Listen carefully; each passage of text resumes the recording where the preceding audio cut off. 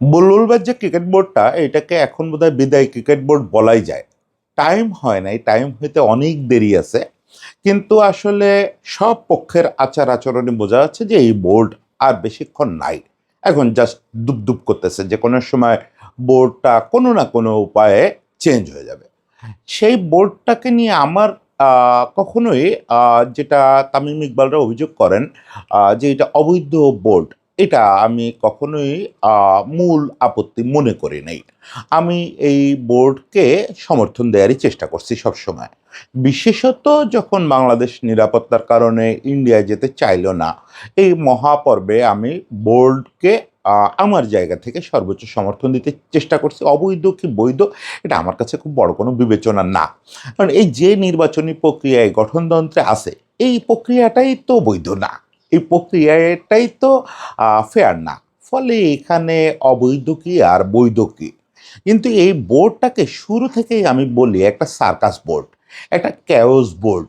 বোর্ডে এমন কিছু লোকজন আসছেন যারা ক্রিকেটের নর্ম, ক্রিকেটের শালীনতা, ক্রিকেটের ভদ্রতা সব কিছু একদম মাটিতে মিশায় দিচ্ছেন। সব কিছু সেটা একেবারে শুরু থেকে, মানে একটা ক্রিকেট বোর্ডের যে সোভারনেস থাকে সারা পৃথিবীতে, ব্রিটেন থেকে শুরু করে দুনিয়ার সব জায়গায় তারা গালিগালাজ করতে পারে, তারা যাকে খুশি তাকে আক্রমণ করতে পারে, কিন্তু সেটার একটা দারুণ শালীন ভঙ্গি আছে। সেই জিনিসটা আমার মনে হয় না বাংলাদেশ ক্রিকেট বোর্ডের মতো, এই ক্রিকেট বোর্ডটার মতো করে এর আগে কেউ ধ্বংস করছে। আমাদের ক্রিকেটে আমরা কতটা উন্নতি করব, এরপরে কোনো বোর্ডের আওতায় কি কি চেঞ্জ হবে, যেসব স্বপ্ন দেখি সেগুলো হবে কিনা জানি না। কিন্তু এই যে ক্রিকেট সংস্কৃতিকে ওনরা ৭-৮ ধাপ লাথি মেরে পিছায় দিয়ে গেলেন, এই জায়গায় আবার জায়গায় ফিরতে খবর আছে, জায়গায় ফিরতে খবর আছে। কারণ এই কাজগুলো আমার ধারণা চলতে থাকবে। তো আজকে আমি একটু বলি যে এই যে জনপ্রিয় হওয়ার জন্য আমাদের বোর্ড ডিরেক্টররা যে অশালীন কথাবার্তা, অশালীন আচরণ শুরু করছেন, এটা আসলে আমাদের ক্রিকেটকে কি পরিমাণে ধাক্কা দিয়ে যাচ্ছে, কি পরিমাণে ধাক্কা দিয়ে যাচ্ছে। দেখেন, আমাদের মতো তৃতীয় বিশ্বের দেশগুলোতে ক্রিকেট বোর্ড নিয়ে বহু অভিযোগ থাকবে, বহু অভিযোগ থাকবে। কালকে যদি আপনি বাংলাদেশের সবচেয়ে ভালো সংগঠকদের দিয়ে একটা বোর্ড করেন, তারপরে ওই অভিযোগগুলো থেকে যাবে। মৌলিক অভিযোগগুলো যে স্ট্রাকচার নিয়ে কাজ হচ্ছে না, ক্রিকেট ছড়ায় দেওয়ার কাজ হচ্ছে না, এখানে সায়েন্টিফিক অ্যাপ্রোচ বাড়তেছে না। এখন এইসব আলোচনা আপনি করবেন কোথায়? এসব আলোচনা করার জন্য তো আগে একটা ভদ্রতাপূর্ণ টেবিল লাগবে। সেই টেবিলে বসে আপনি আলোচনাটা করবেন। সেই টেবিলটাই তো নাই, সেই টেবিলটাই তো এই বোর্ডটা বাড়ি মেরে ভেঙে দিছে। দেখেন, যখন আমরা আইসিসির সঙ্গে ইন্ডিয়ার সঙ্গে একটা দারুণ বিবাদে লিপ্ত হইলাম, সেটা খুব যৌক্তিক একটা অবস্থান ছিল। আজকে আসিফ নজরুল সবার কাছে ভিলেন হয়ে গেছেন, সরকার ক্ষমতায় নাই। এখন আসিফ নজরুল ঢাকা ইউনিভার্সিটির একজন ওই কোট অ্যান্ড কোট সামান্য প্রফেসর। আমাদের দেশে তো প্রফেসরের মূল্য নাই, সব মূল্য হচ্ছে নাচ গান, সেঞ্চুরি করা, এগুলাতে। ফলে প্রফেসরদের মূল্য নাই। আসিফ নজরুলরে এখন যা খুশি তাই বলা যাচ্ছে। আসিফ নজরুল একটা কথা বলে পরদিন সেটা সংশোধনে দিচ্ছেন, সংশোধনীটা সবাই ওভারলুক করে যাচ্ছে, ওভারলুক করে লোকটারে নিয়ে যা খুশি তাই বলতেছে। ওকে, ওকে, কোনো সমস্যা নেই, কোনো সমস্যা নেই। কিন্তু সরকারের অবস্থানটা আমি এখনো মনে করি সঠিক ছিল। আমাদের নিরাপত্তার ওখানে হুমকি ছিল, আছে। ফলে ওই অবস্থায় আমাদের টিম নিয়ে যাওয়াটা কঠিন ছিল। কিন্তু সেই জায়গাটায় বোর্ড আসলে, যেটা পাবলিক পারসেপশন, যে বোর্ড বোধহয় আসলে আসিফ নজরুলের মতোই দৃঢ় আচরণ করছে। বোর্ড আসলে আসিফ নজরুলকেও ধোঁকা দিছে। বোর্ডই বরং আসলে আমাদের মামলাটা জিততে দেয় নাই। আমাদের বোর্ডের এই ক্যাওস, বোর্ডের এই স্বার্থপরতা, বোর্ডের এই প্রত্যেকের সঙ্গে লেগে থাকা অশালীন আচরণ, এগুলোর কারণেই কিন্তু আমরা শেষ পর্যন্ত জিনিসটা আমরা নিজেরা লড়াই থেকে সরে আসছি। এইসব কারণেই, কারণ এই বোর্ড ভদ্রতার টেবিলে বসে জিনিসটা ফয়সালা করতে পারে না। আসিফ নজরুল একটা ব্রডার সিদ্ধান্ত দিছিলেন যে আমরা নিরাপত্তার ওখানে হুমকি আছে, ওখানে খেলতে যাব না। সেইটা নিয়ে দর কষাকষি, প্রয়োজনে সিএস পর্যন্ত যাওয়া, এই দায়িত্বটা ছিল বোর্ডের। বোর্ড কি করছে? বোর্ডের কোনো মেম্বার নিজের ওই ইন্ডিয়ার সঙ্গে বিজনেসের স্বার্থ দেখছেন, কোনো মেম্বার এই বোর্ডকে যদি ভেঙে ফেলা হয় তাহলে যেন ইন্ডিয়ান ক্রিকেট বোর্ড পাশে থাকে, এই কন্ডিশনে সমঝোতায় গিয়ে শেষ মুহূর্তে সিএসএ যা থেকে উঠে আসছেন। আজকে আপনারা যারা যেসব বোর্ড কর্মকর্তাকে পপুলিস্ট কথাবার্তা বলতে দেখেন, বা খুব পপুলার মনে করেন, এরা আপনাদের কিভাবে ডুবাইছে রাতের অন্ধকারে আপনারা জানেনও না। আক্ষরিক অর্থেই রাতের অন্ধকারে রাত জুড়ে মিটিং করে জানায় দিচ্ছে যে আমরা সিএসএ যাব না। কেন এই প্রশ্ন আপনাদের ভিতর তৈরি হয় নাই? আপনারা তো ভাবেন যে এই বোর্ড খুব ইন্ডিয়া বিরোধী। ঠিক কি কারণে, ইন্ডিয়া থেকে কি অফার পেয়ে তারা ওই লড়াই থেকে সরে আসছিল, এইগুলো খোঁজার আগ্রহ তৈরি হয় নাই? এই বোর্ড ডিরেক্টরদের আপনারা হিরো ভাবেন ইন্ডিয়া বিরোধী বলে, ইন্ডিয়ার সঙ্গে লড়াই করছে বলে। একটা মিনিটের জন্য এরা লড়াই করে নাই, এরা আসিফ নজরুলের মন রাখার জন্য বাধ্য হয়ে করছে। আজকে যেই আসিফ নজরুল নাই হয়ে গেছে, এই বোর্ডের ডিরেক্টররাই আসিফ নজরুলের এগেনস্টে কথাবার্তা বলতেছে। ফারুক ভাই বলছে, দুদিন পরে আর একজন বলবে, যাদের আপনারা হিরো মনে করেন তারাই বলবে। তারা আসলে তাদের আখের নষ্ট হয়েছে। আপনারা যাদের ভাবছেন আপনাদের ওই যুদ্ধ করতেছে, তাদের আখের নষ্ট হয়েছে। ওকে, সে পর্ব তো গেছে, কিন্তু মূল আপত্তির জায়গাটা হচ্ছে সেসবগুলো মেনে নেওয়া যায় যে না, এরা নীতিগতভাবে খারাপ, এরা সরকারের মন রাখার জন্য সরকারের সঙ্গে প্রতারণা করছে, আইসিসির সঙ্গে আসলে লড়াই করতে চায় নাই, শুধু বাংলাদেশ বিশ্বকাপটা মিস করছে, তাতেও তাদের কিছু যায় আসে না। কিন্তু শালীনতা তো থাকবে। শেষ ক্রিকেটের যে চাওয়াটা, শেষ চাওয়া একেবারে সব শেষ হয়ে যাওয়ার পরেও চাওয়া হচ্ছে যে ক্রিকেট বোর্ড এবং ক্রিকেট সংশ্লিষ্ট লোকেরা একটা ভদ্রতার পর্দা রাখবেন। আজকে কি দেখতেছি আমরা, জনপ্রিয় হওয়ার জন্য ওই যে ইমেজটা তৈরি হয়েছে ওই সময়, ফেক একটা ইমেজ, মিথ্যে একটা ইমেজ, ওই ইমেজটা ধরে রাখার জন্য তারা যাচ্ছে তাই বলতেছেন, যাচ্ছে তাই বলতেছেন। অন্তত দুজন ডিরেক্টর যা খুশি তাই বলতেছেন, যা খুশি তাই। কেউ আটকানোর নাই, কোনো বোর্ড সভাপতি বা কেউ একবার তাদেরকে বলে না যে না, এইটা ক্রিকেট না, এইটা করতে তোমরা ক্রিকেট বোর্ডে আসো নাই। ক্রিকেট বোর্ড ভদ্রলোকের জায়গা, ক্রিকেট বোর্ড এসব অশালীন কথাবার্তা বলার জায়গা না। এজ এ ক্রিকেট ডিরেক্টর সব বলা যায় না। কোনো ক্রিকেট ডিরেক্টর টিভিতে গিয়ে ইন্টারভিউতে বলতেছেন যে খেলোয়াড়দের এত দামে জুতো দেওয়া হচ্ছে কেন, খেলোয়াড়দের দামের হিসাব চাচ্ছেন, অমুক তমুক, কী সব অশালীন ব্যাপার। খেলোয়াড়রা যে দামের, আন্ডার 19-এর খেলোয়াড়দের যে দামের জুতো কিনে দেওয়া হয়েছে 19,000 টাকা করে, এর চেয়ে কম দামে স্পোর্টস শু পৃথিবীতে কোথাও পাওয়া যায় না। এটা কিনবে না, এটা না কেনা ক্রিকেট বোর্ডের তো এটা দায়িত্ব। মানে এগুলো করে পপুলিস্ট হওয়া, মানুষের ভিতরে ছড়ায় দেওয়া যে ক্রিকেট বোর্ড ফাও খরচ করে, ক্রিকেটারদের পিছনে ফাও খরচ করে, আই এম হিরো, আমি এটা আটকানোর চেষ্টা করছি, আমি এটা আটকানোর চেষ্টা করছি। এইসব অশালীন কথাবার্তা, অশ্লীল কথাবার্তা, তামিম ইকবাল যত বড় খারাপই হোক, তামিম ইকবালকে ভারতের দালাল এই কথা বলার অধিকার কে কাকে দেয়? তামিম ইকবাল বাদ দেন, একটা ফুটপাতের লোককেও কে কথা বলা যায়? বলা যায়। আপনারা খুব সহজে বলে ফেলতে পারেন, এই আমার হাতে দেখে আপনারা সহজে বলে ফেলতে পারেন ভারতের দালাল অমুক তমুক, এগুলো বলা খুব সহজ।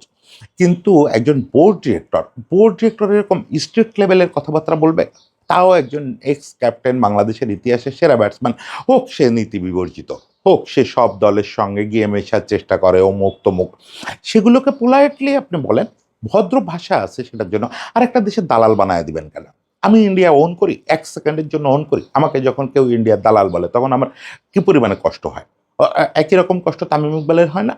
লড়াইটা বাংলাদেশের ভিতরে থেকে করেন, এই ভদ্রতাটুকু থাকবে না যে দুজনই আমরা বাংলাদেশি, বাংলাদেশের ভেতরে থেকে আমরা লড়াই করব, পরস্পরের বাংলাদেশি ভেবেই আক্রমণ করে কথা বলবো, এই ভদ্রতাটুকু কার থাকবে না? যে আমরা আরেকটা দেশের, আপনাদের যদি এখন কেউ পাকিস্তানের দালাল বলে আপনার ভালো লাগে সেটা? যে পাকিস্তান আমাদের কোন আমলে আমাদের শত্রু রাষ্ট্র ছিল, তার দালাল কেন আমারে বলবে? আমি যতই ডানপন্থী হই না কেন, যাই হোক না কেন, আমি বাংলাদেশি, বাংলাদেশি হিসাবে দেখেন আগে, তারপরে আমার সঙ্গে কথা বলতে আসেন। এই কথা বলার অধিকার আছে না তামিমের? এটা কোনো কথা? তারপরে শুরু করছেন আসিফ আকবর, আমাদের প্রিয় শিল্পী ছিলেন এক সময়। তিনি একদম ফ্রম ফার্স্ট ডে মানে কোনো প্রোটোকল, কোনো ভব্যতার ধার ধারতেছেন না।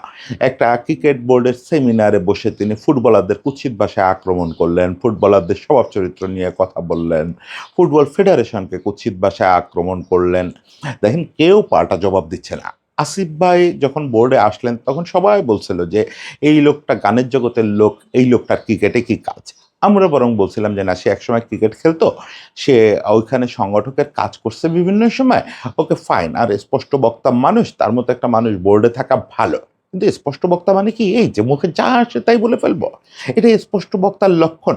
মুখে যা আসে, আপনি ফুটবলকে এভাবে বলতে পারেন, ওটাও আমাদের ন্যাশনাল ফ্ল্যাগ বিয়ারিং একটা স্পোর্টস, এভাবে বলা যায়? যদি কোনো মাঠ নিয়ে সমস্যা হয় সেটা করে কে? সেটা এনএসসি করে। প্রবলেম এনএসসির সঙ্গে। আপনি এনএসসিকে নিয়ে বলেন। আপনি ফুটবলকে কেন অ্যাটাক করেন? ফুটবল ফেডারেশনের যদি সমস্যা থাকে তাবিদ আওয়ালকে অ্যাটাক করেন। তাবিদ আওয়ালের সঙ্গে বসেন, বসে এটা সমঝোতা করেন। আপনি কি করে ফুটবল খেলাটাকে আক্রমণ করেন কেন? ফুটবল খেলোয়াড়দের আক্রমণ করেন কেন? কোনো খেলোয়াড় যেয়ে কি মাঠ দখল করে?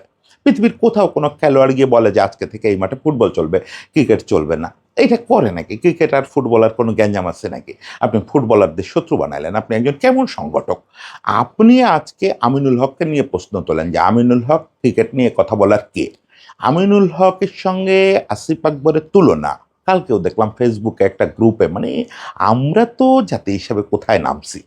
সেখানে বলা হচ্ছে যে কোথাকার কোন আমিনুল হক, তার সঙ্গে দেশের প্রতীক সুপারস্টার আসিফ আকবরের তুলনা। আর ভাই রে ভাই, কথাটা হচ্ছে স্পোর্টসের। স্পোর্টসের যখন কথা বা রাষ্ট্রীয় মর্যাদার যখন কথা, তখন আমিনুল হক কোথায় আর আসিফ আকবর কোথায়?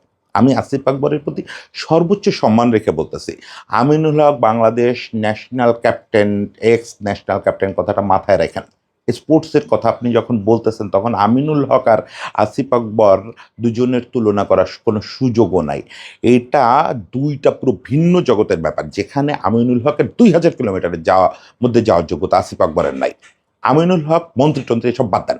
আমিনুল হক বাংলাদেশকে একটা সাব জিতায় এনে দিচ্ছে, বড় বড় সাকিব আল হাসানের মতো ক্রিকেটার যেটা এখনো পারে নাই, তামিম ইকবালের মতো ক্রিকেটার পারে নাই, মাশরাফির মতো ক্রিকেটার পারে নাই, যেটা বাংলাদেশকে একটা ট্রফি জিতায় এনে দেওয়া, একটা আঞ্চলিক ট্রফি, শ্রেষ্ঠত্বের ট্রফি জিতায় আনা, সেটা আমিনুল হক করছে।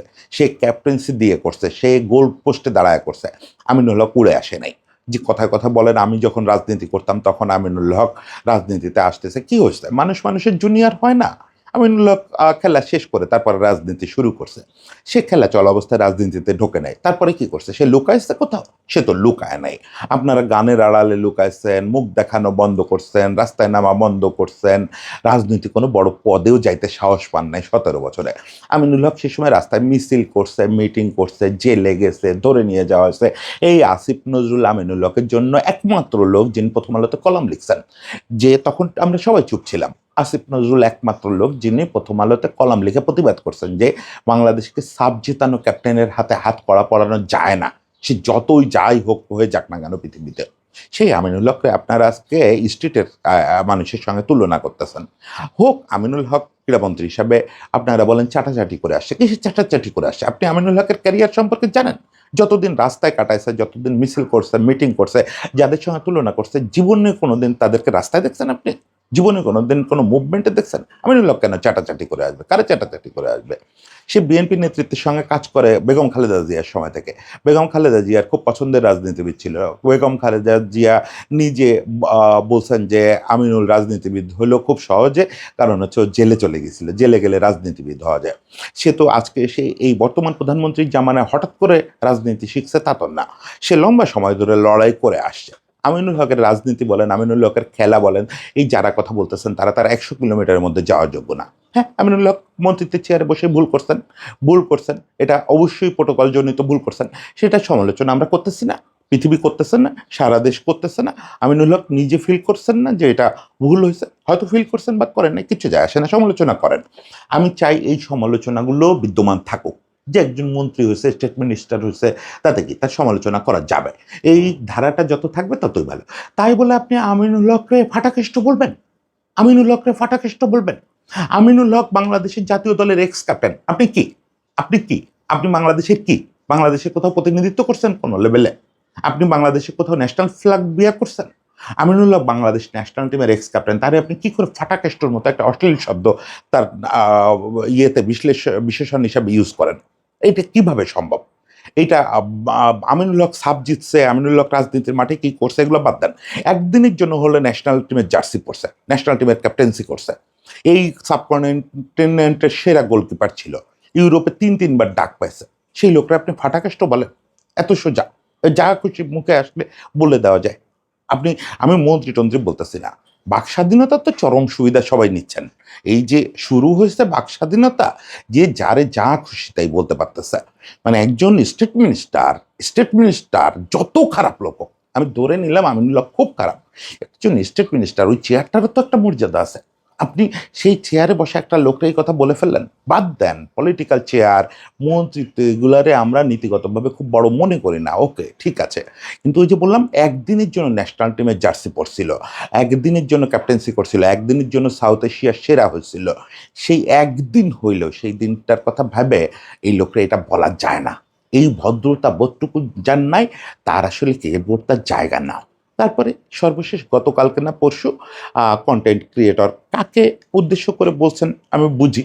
আমি তো তার এই ইঙ্গিতপূর্ণ সমালোচনা করে কন্টেন্ট আমিও কত করছি, নাম ধরে তো বলতে পারি না, আমার সেম প্রফেশনের মানুষ। কন্টেন্ট ক্রিয়েটর এক একজন এক এক রকম হবে, কেউ এর পারপাস সার্ভ করবে, কেউ ওর পারপাস সার্ভ করবে। আমি নিজেও তো খুব এক নীতিতে থাকতে পারার লোক না। খুবই স্বাভাবিক যে আমাদের সমালোচনা হবে, সমালোচকদের সমালোচনা হবে, এটাই স্বাভাবিক। সে কোন আমলে গান তৈরি হয়ে রয়েছে, বিচারপতি তোমার বিচার করবে যারা, এই বিচার তো করতেই হবে। এই বিচার মানে এটা সমালোচনায় বিচার হবে, সমালোচকদের সমালোচনা করতে হবে, যারা এরকম বা আজে বাজে কন্টেন্ট করেন তাদেরকে নিয়ে সমালোচনা হবে। এইটাগুলো জারি থাকাই না উন্নতির লক্ষণ। কিন্তু তাহলে আপনি ছাপড়ির মতো শব্দ ইউজ করবেন টিভিতে, টিভিতে বসে। আপনি একজন ক্রিকেট বোর্ডের ডিরেক্টর, আপনি ছাপড়ি শব্দটা ইউজ করবেন। আজকে যদি ওই কন্টেন্ট ক্রিয়েটর আসে বলে যে তুমি সোসাইটিতে কোথায় থাকছো সারা জীবন, তুমি কি সিভিল সোসাইটিতে অ্যাকসেপ্টেবল কোনো সিঙ্গারও ছিলা? তুমি সারা জীবন প্লেব্যাক করছো আর হচ্ছে গ্রাম এলাকার মানে যে শব্দটা ছাপড়ি শব্দটা প্রয়োগ করা হলো, ওই শব্দটা যাদের ক্ষেত্রে ইউজ হয় সেই জগতের গায়ক তো। এই কথাগুলো যদি কেউ এসে বলে মুখ দেখাতে পারবেন? আমি তো সেই জায়গায় বলি না, আমি তো সবসময় বুক খোলা বলি যে ইয়াস, আমাকে যদি ছাপড়ি বলেন ছাপড়ি। আমার ছাপড়ির হিরো ছিল আসিফ আকবর। সেই জায়গা থেকে আমি সবসময় আসিফ আকবরকে হিরো মনে করি। গায়ক আসিফ আকবর আমার কাছে বিরাট ব্যাপার, যখন ভয়েস রেজ করে কথা বলতেন বিরাট ব্যাপার। কিন্তু তার মানে কি এই যে যা মুখে আসে তাই বলে ফেলা যায়? ভাই চার দোকানে বসে ফেসবুকে একটা অসভ্য ছেলে, অশিক্ষিত ছেলে আজকাল একটা সারাদিন নেট চালাইতে বোধহয় 100 MB হলে হয়ে যায়। এটা তো কোনো স্ট্যান্ডার্ড লাগে না এটার জন্য। ফলে সে আমিনুলের যা খুশি তাই বলতে পারে, এই ছাপড়ি, ফাটাকেষ্ট এই টাইপের অশ্লীল শব্দ সে বলতে পারে। চার দোকানে বসে একটা ছেলে বলতে পারে। এগুলো আনকালচার্ড ব্যাপার সোসাইটিতে থাকবেই। আর আমাদের সোসাইটি তো এখন চরম একটা সংস্কৃতিহীনতায় চলে গেছে। ফলে এখানে পপুলিস্ট শব্দগুলোই এরকম হবে, এটাই স্বাভাবিক। কিন্তু আপনি যখন চেয়ারে বসেন, আপনি যখন বোর্ড ডিরেক্টর, আপনি যখন একটা টিভিতে কথা বলতে চান, একটা ন্যাশনাল টিভি স্টেশন, সেখানে বসে আপনি এই শব্দগুলো প্রয়োগ করেন, ফাটাকেষ্ট, ছাপড়ি, এই শব্দগুলো প্রয়োগ করেন। এখন আমি বুঝি যে এগুলো কেন করা হয়। এগুলো করা হচ্ছে উস্কানি হিসাবে, যে স্টেট মিনিস্টার তারে এরকম অশ্লীল কথাবার্তা বললে পাল্টা আঘাত আসবে। আমিনুল রকচটা মানুষ, যে কোনো সময় চটে যাবে, চটে গিয়ে একটা কিছু করবে, বোর্ড ভেঙে দেওয়ার চেষ্টা করবে, অমুক তমুক করলেই একটা গোলমাল লেগে যাবে, ক্রিকেট নিষিদ্ধ হবে, পুরো দোষটা গিয়ে পড়বে আমিনুলের ঘাড়ে। আমি জানি না আমিনুল এই ফাঁদে পা দেবেন কিনা, আমার এই বিষয়ে তার সঙ্গে কথাও হয় নাই, আগ্রহও পাইনি। কিন্তু এইটা একটা ট্রাপ তৈরির চেষ্টা চলতেছে, সেটা আমি বুঝি। সেটা আরো ভদ্রভাবে করেন, কোনো সমস্যা নেই। আর যদি ভাবেন এসব করে এই বোর্ডকে বাঁচাইতে পারবেন, সেটা পারবেন না, বরং আরো এগুলা করে তলায় যাচ্ছেন, আরো এগুলা করে তলায় যাচ্ছেন। আপনার ওই একটা নির্দিষ্ট জেলা থেকে একটা জেলাইজম করে বোর্ডে আসছিলেন, ওই জেলার কয়েকজন মানুষ এবং ওই জেলার একটা ক্ষমতাসীন লোককে ধরে এসে এখন পিঠ ঠেকানোর জন্য যা খুশি তাই আক্রমণ করতেছেন। এইগুলা করেন না, অন্য কোনো উপায় দেখেন বোর্ড ঠেকানোর। কিন্তু তারপরেও ঠেকাইতে পারবেন না, যা করলেন নিজেরা। আমি জানতাম যে এই সরকারের এটা একটা ভালো চিন্তা আছে যে বোর্ডটাকে রেখে দিয়েই মানে কোনো রকম হাত না দিয়েই বোর্ডের সঙ্গে বা একটা সমঝোতার ভিত্তিতে আগামী সময়টা শেষ করা যায় কিনা। সে বোর্ডটা আপনারাই শেষ করলেন, এই সরকার শেষ করে নাই। সরকারকে এজন্য আর দায় দেওয়া যাবে না। এখন যদি বোর্ড কলে কৌশলে ভেঙে দেওয়া হয় সেটা দায় দেওয়া যাবে না। তবে আমি বলবো যে এই উস্কানিতে কেউ পা দিয়েন না, হুট করে কোনো পদক্ষেপ নিন না, যাতে আইসিসি আবার অ্যাকশন নিয়ে ফেলে বাংলাদেশ ক্রিকেটের এগেনস্টে। এরকম কেউ কিছু করেন না, যে যা বলতেছে বলে যাক। এই তো বাংলাদেশের স্বাধীনতার অর্থ এখন এই গালাগালি, অশ্লীলতা, অশালীনতা, এগুলো হচ্ছে স্বাধীনতার অর্থ। সবাই ভালো থাকবেন, সবাইকে শুভেচ্ছা।